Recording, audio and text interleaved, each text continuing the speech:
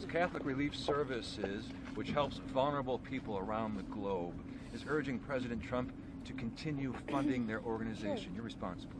Sure. Well, I would defer you to the State Department on which foreign organizations or organizations that work overseas, humanitarian aid organizations, will continue to be funded. Secretary Rubio has been tasked with now being the acting administrator of USAID. As you all know, we have streamlined USAID into the State Department. Hey, Rachel.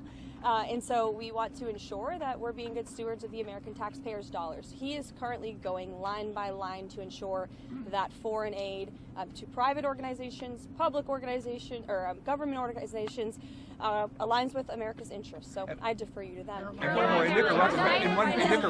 Libby. 2% of federal employees have accepted that buyout that was offered. Is that less than the White House was anticipating? Well, the last time I checked in with Office of Personnel and Management, there was more than 40,000 individuals, federal workers, who had accepted the buyout program. We expect that number to increase, and that alone, just the 40,000, again, we expect it to increase. It's going to save the American people tens of millions of dollars, and we encourage federal workers in this city to accept the very generous offer. If they don't want to show up to the office, if they want to rip the American people off, then they're welcome to take this buyout, and we'll find highly competent individuals who want to fill these roles. Just to follow up on that, after that deadline tonight passes, I know a lot of people at the White House have said there's still going to be widespread layoffs that would come imminently. Can you expand more on what that would look like? I was just asked that on television. I have not been part of the discussions about the layoffs in particular. I'm not even sure if that's true. I can check and get back to you. Meredith?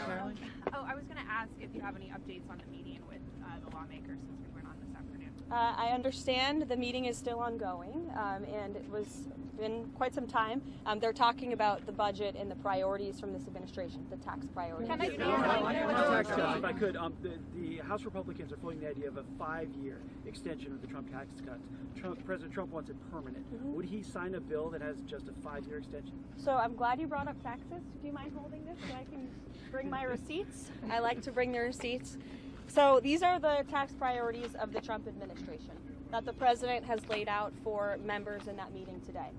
No tax on tips, which is obviously a very public campaign promise that the president made. No tax on seniors' Social Security. No tax on overtime pay.